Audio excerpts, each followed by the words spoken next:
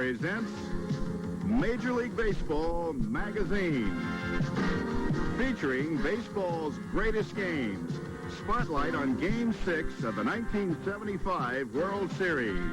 One game between the Boston Red Sox and the Cincinnati Reds, but a lifetime of baseball memories. Deep center field, way back. We're tied up. We're tacking up at third. Here comes the throw. It is in time. Steve Evans is going back near the wall, and oh, what a catch he made. What a catch by Dwight Evans. Gets the double play. There it goes, a long drive. If it stays fair, home run. This is Warner Fussell.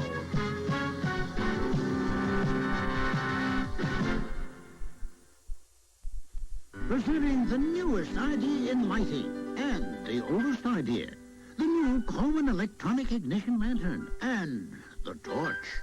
Both are easy to carry and easy to adjust.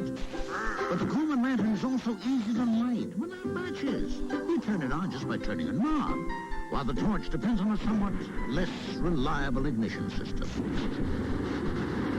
The new Coleman electronic ignition lantern, the best idea in lighting since the Dark Ages.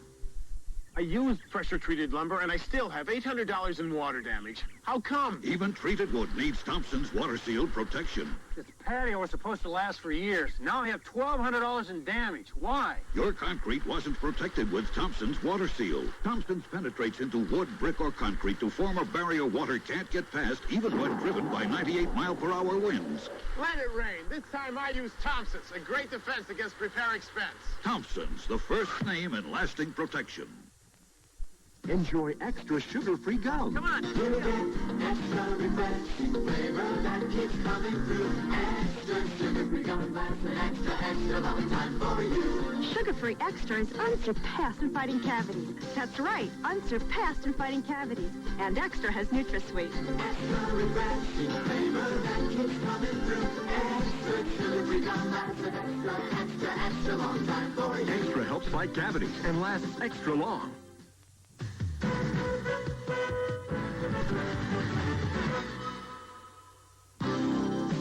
Before addressing one of baseball's greatest games, it helps to know just how it came to be.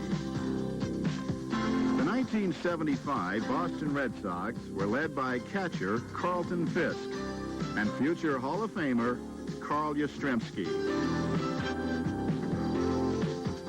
Louis Tiant, the master of the hidden ball, anchored the pitching staff. But the greatest excitement in Boston was generated by a pair of rookies.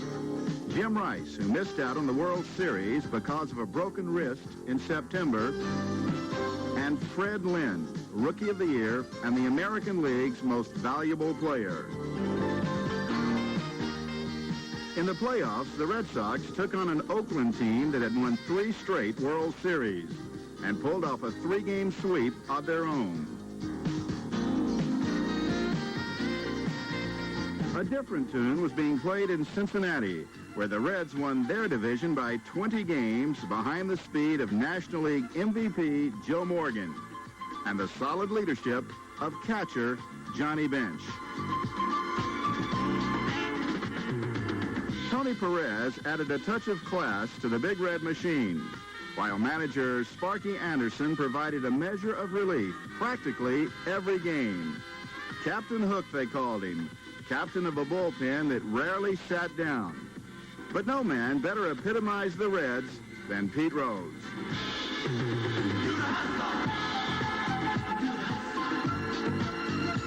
In the playoffs, the Reds swept the Pirates 3 straight, and it was on to Fenway. Welcome to Game 1 of the 1975 World Series.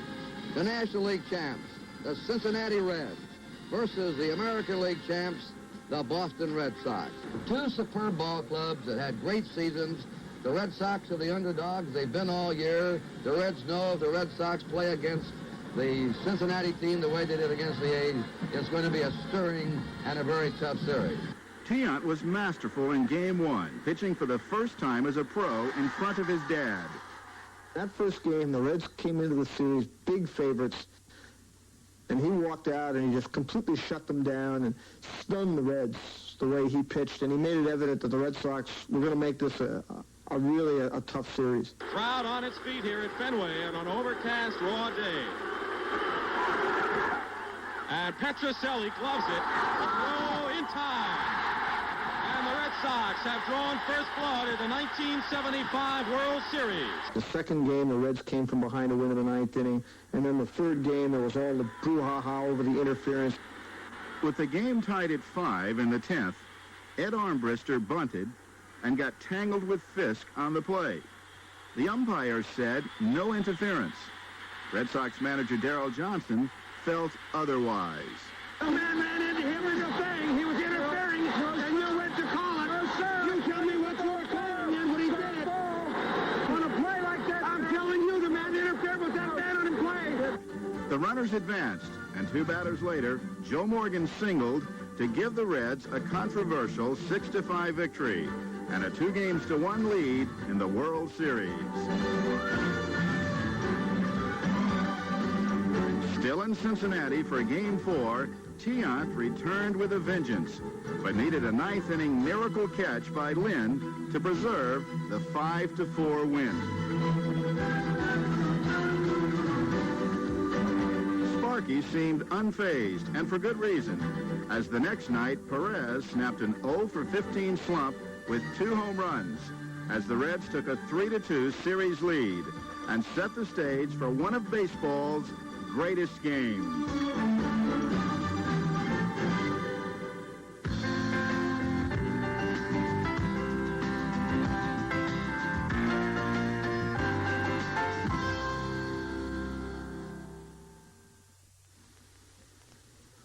Hey, don't get me wrong. I enjoy looking at ladies in bikinis just like the next guy. But when I buy a Sports Weekly, I buy it for one reason, to get the straight scoop on sports. That's why I read the Sporting News, America's sports authority. It gives you terrific baseball coverage by 40 top writers on the scene where the action is, plus more stats and inside stuff than any other Sports Weekly. So if you want swimsuit pictures, sailboat stories, or funny videos, better look somewhere else. But if you want the very best baseball coverage and weekly in-depth reports on football, basketball, hockey, and boxing, then be sure you get the Sporting News. Grab this great subscription deal. Find out for yourself why over 725,000 sports fans get the Sporting News Weekly and get smart for themselves. Call 1-800-638-1200 and get 56 issues of the Sporting News for 4 payments of just $9.66. You'll save 69% off the cover price, 40% off the regular subscription rate. Call now, 1-800-638-1200. Let's talk hoses. Water in, water out. Want to know any more? Ask Ace. That's what I do. This 70-foot reinforced garden hose is $8.99, and you can store it on this Ames hose reel for just $14.88. Hey, Ace is the place for me. Diner in Las Vegas immediately after tonight's Leonard Hearns rematch 8 years, 20 pounds later. We'll be back here in Las Vegas live. Al Bernstein, Jimmy Roberts, and me. We'll see you then.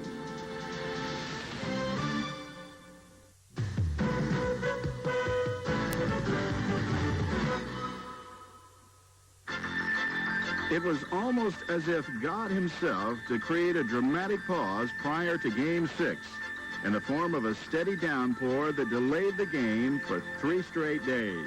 They just kept postponing it and building up, and people were anticipating so much. This was the first great television World Series, and people have been built up, waiting for the game to be played.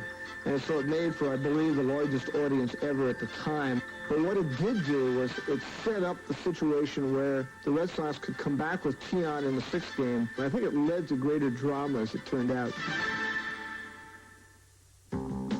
With 2 wins already to his credit, the old man parted the Red Sea with no problem in the top of the 1st. Then, with 2 men on in the bottom half, Fred Lynn. Yastrzemski's at second, Fisk at first, 2 down, bottom of the 1st inning. And there's a high fly ball deep to right field. Going back for it, forget it. It's gone.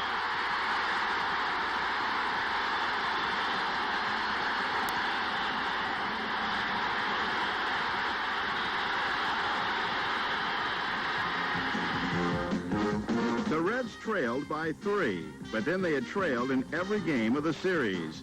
And come the 5th, they began a comeback that almost cost Boston more than just the lead. And a fly ball deep to center field. Lynn going way back, and he can't make the play. It's off the wall. Evans will recover, and Lynn is not up. He has been shaken up. One run comes in. Here comes Rose with the second run, and Freddie Lynn is hurt. And I've never heard Fenway Park as silent as it is right now. A kind of hush enveloped Fenway as the damage to Lynn was assessed. Shaken and bruised, but able to continue, the fans' attention returned to Griffey, whose triple had closed the gap, and Bench, whose single tied it at 3. Then in the 7th inning, with 2 men on, the resurgent Reds took the lead, courtesy of George Foster. Straight away center field. Lynn is going back. That ball is off the wall. 1 run is in. Here comes Morgan. He'll score, and the Cincinnati Reds lead 5-3. The series appeared to be slipping away from Darrell Johnson's Red Sox, as in the 8th, Cesar Geronimo made it 6-3. Well hit right field. That ball, if it's fair, she's gone. It is a fair ball. Home run for Geronimo. And Cincinnati getting a little bit closer to a World Championship. The Reds just 6 outs away. But in the bottom of the 8th, Lynn beat out a single off Pedro Bourbon's leg. And Rico Petrocelli followed with a walk. Captain Hook had seen enough and turned to Raleigh Eastwick, who after getting 2 out, faced the rebellious former Red, Bernie Carbo. Carbo came up to pinch hit, and he had hit a home run in the 3rd game of the series, which had some dramatic effect. And Carbo was one of those players who could go into tremendous slumps at times, but he had a real penchant for the dramatic. And he came up, and with 2 strikes, he fouled off a ball that was the worst swing I think I've ever seen. Bench was setting up slider, and through the 3-2 count, I just fouled off a pitch, which was probably the worst swing in baseball. I can remember something in back of me in the press box saying, there's no chance that he'll get a hit. But no chance translates into destiny in one of baseball's greatest games. Deep center field, way back. We're tied up. I was flying around those bases, and when I got to third base, I yelled at Pete Rose and Pete, don't you wish you were this strong, Pete? Pete, don't you wish you were this strong? And Pete yelled up to me and he says, this is fun. This is fun. This is what it's all about. That was a great home run. I was on first base, and he took 2 bad swings. And then finally, the 3rd one he caught and hit it to center field. And as soon as he hit it, you knew it was going to go out. And boy, the chills, running around the bases, the chills going up and down my spine was just a thrill to see that, to be a part of it. The chills were just beginning, for in the bottom of the 9th, Fred Lynn's hope, with the bases loaded and nobody out, turned into George Foster's glory. High fly ball, left field. Foster's got a shot. Here comes the throw. It is in time. Doyle is out. Foster to bench. A double play. Denny Doyle was tagged up on 3rd, and Don Zimmer was the 3rd base coach. And Zimmer yelled, no, no. And Doyle thought he said, go, go. So Doyle took off. George Foster threw him out at the plate. They got the final out of the inning, and we went on to the 10th inning. And on to the 11th, where the Red Sox this time made the defensive plays. First by Carlton Fisk. Then in unbelievably clutch fashion, Dwight Evans. Well hit, right field, deep. Evans is going back near the wall, and oh, what a catch he made! What a catch by Dwight Evans, and it's a double play. Time for the 12th, and the hit that forever changed the way we view the game.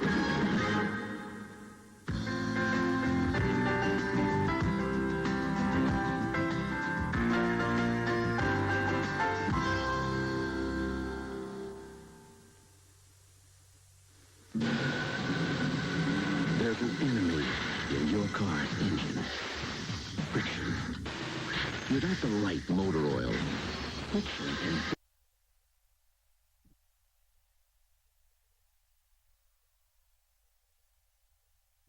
Who has not relieved in a game all season long, is coming in. He is the 4th Red Sox pitcher and the 12th pitcher to appear in this game, which is a new World Series record. Wise had to face the heart of Cincinnati's order, but the Red Sox continued to come up big. Popped up to the right side. Fisk going after it, and Pudge makes the catch and sits down. But then Wise ran into trouble as Perez singled up the middle. Then Foster blooped one into left. The tension mounted as Concepcion flied to right. 2 were on and 2 were out when Cesar Geronimo first answered the call to be a hero, then unwisely watched the chance pass him by. In there, called strike 3, right down the pipe, and Wise strikes out Geronimo. It was like a heavyweight fight. Everybody just staggered everybody else. One heavyweight knocked the other one down. The other one got up. Then it looked like for sure that it was over. And it was back and forth, back and forth. Until, that is, the bottom of the 12th, when Carlton Fisk assumed his place in baseball history. Here's Fisk, and the wind blowing out. We've had 3 homers tonight, all to right field or right or center field. Carbos was to dead center, the other 2 to right. There's the ball. 6 runs, 14 hits, no errors for Cincinnati. 6 runs, 9 hits, 1 error for Boston. There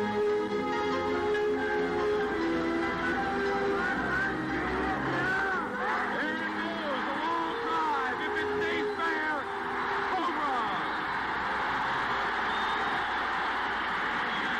It was a very romantic celebration. The organist was playing the Hallelujah chorus on the organ, so that was very nice. People were so excited, they didn't go out and run out on the field and tear up anything. There were people who went out on the field, but it was only in terms of a very positive celebration. What a World Series, Joe Garagiola, have we seen here between these 2 clubs. It's fitting that we have a 7th game, you know. It had to go to the 7th game, and they are just dancing in the streets here. I tell you, one of the more dramatic home runs in World Series history. All right now, let's go down to the field. Tony Kubek. All right, you can hear the cheers. It's for the man to my left, Pudge Fisk. And Carlton, this has been a dramatic World Series. The 6th game, topped off by your home run. It's some fantastic feeling for you, I'm sure. We'll probably have to be one of the best played, not only World Series game, but the best played game that we've seen in a long time. We were down 6-3, and of course Bernie Carbo picked us up. Had a great effort from everybody on our pitching staff. I just happened to get a ball. I didn't know what was going to be fair or foul. I knew if it was fair, it was out of here. I'll let you go handle your press conference, and congratulations on, well, a dramatic home run, one that will go down in the history of baseball. Thank you very much. Fisk had to come back out because to go to the interview room, he had to go from the Red Sox dugout on the first base side and go around and run around the outfield to get to the interview room, which was in the far left-hand corner.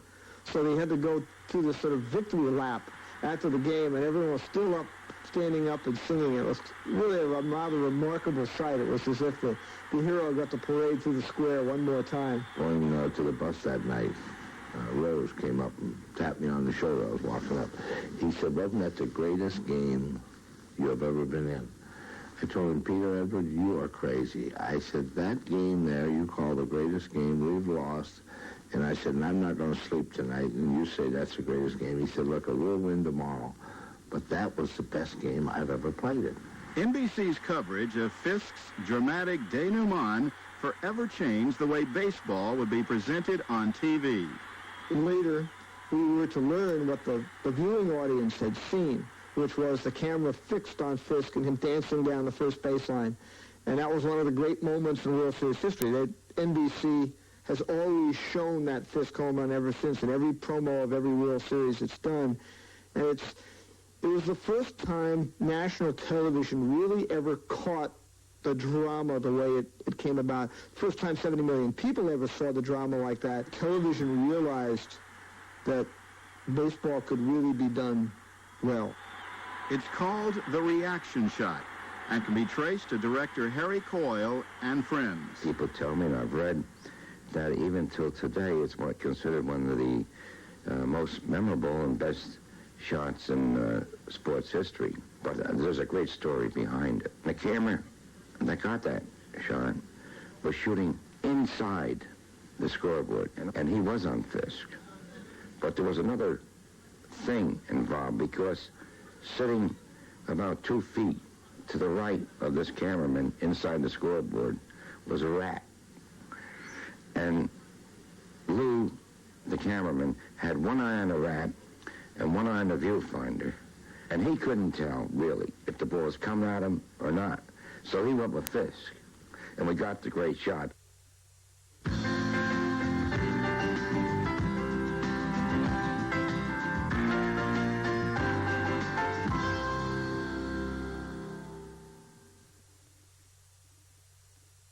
Hi, I'm Jakob Smirnov for Best Western Hotels.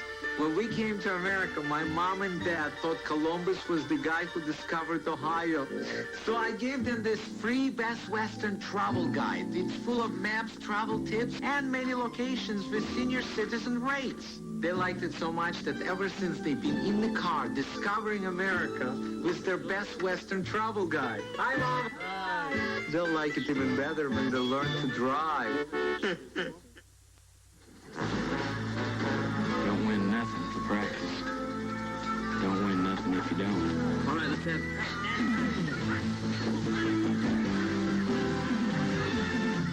After a long day of hard knocks. That's right. Head for the beer that goes down smooth as a mountain stream. Bush. This one don't buck so hard. Head for the mountains of Bush beer. Sure, I know painting. Sky blue, lemon yellow. Want to know any more? Ask Ace. Ace 5-star latex house paint, just $7.97 a gallon. And this 2-speed 7-inch oscillating fan, just $6.88. Hey, Ace is the place for me.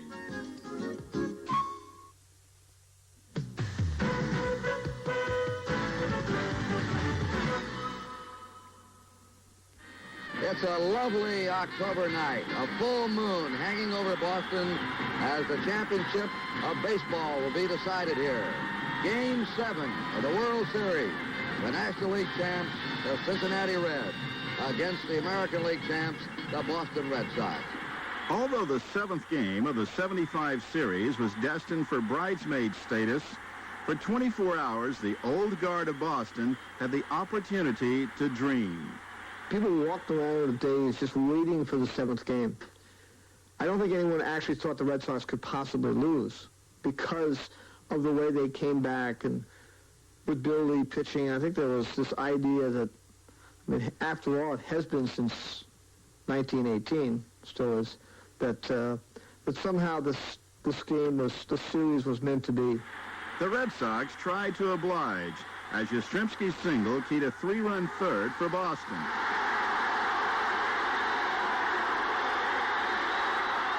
But even with Bill Lee on the mound, Boston knew just how fleeting 3-run leads could be against the Cincinnati machine. And in the 6th, the venerable Tony Perez took a slow-mo changeup from the spaceman and launched it. There's his blooper pitch. There it is. A high drive. He was waiting for that one. That one is gone over everything. Perez timed that blooper pitch and slammed it over the screen out on the Lansdowne Street, and now we have another one-run ball game in this World Series.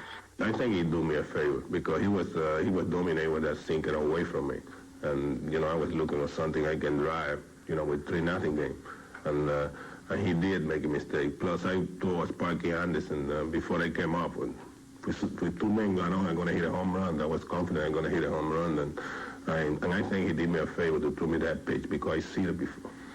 The Reds tied it in the 7th. Then in the 9th, Joe Morgan. There's a looper. May drop. It's in for a hit. Here comes a throw to third. Rose hits the dirt. He's safe. And there goes Morgan down to second. And the Reds have the lead 4-3. With 2 out, Boston had one last shot resting squarely on the shoulders of Yastrzemski.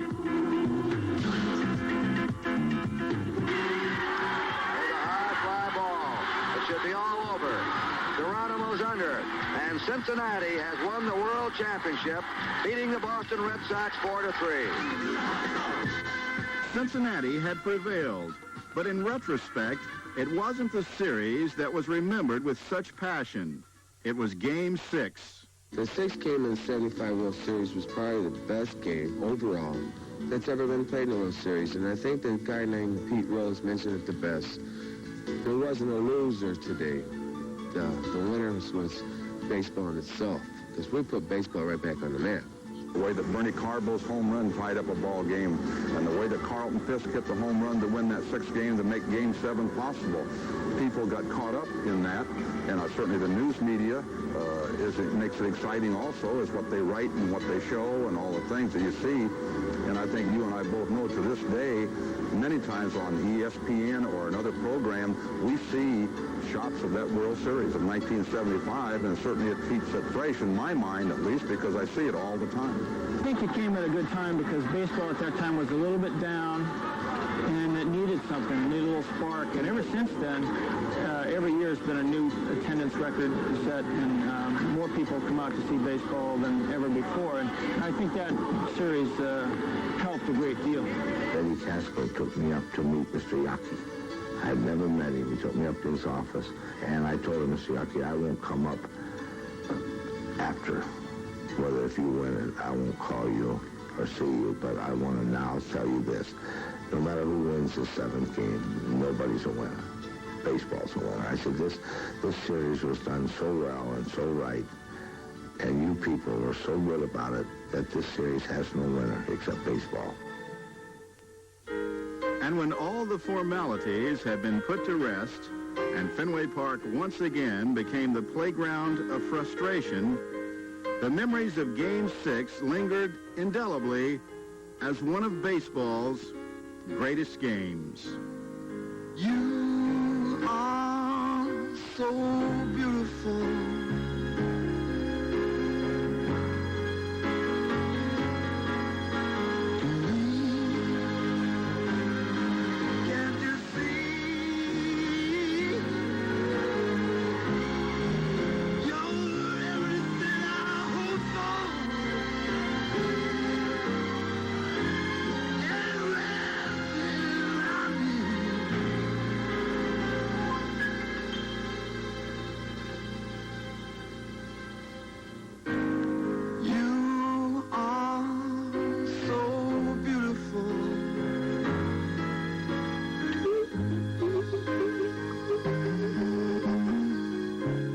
This is Warner Fussell.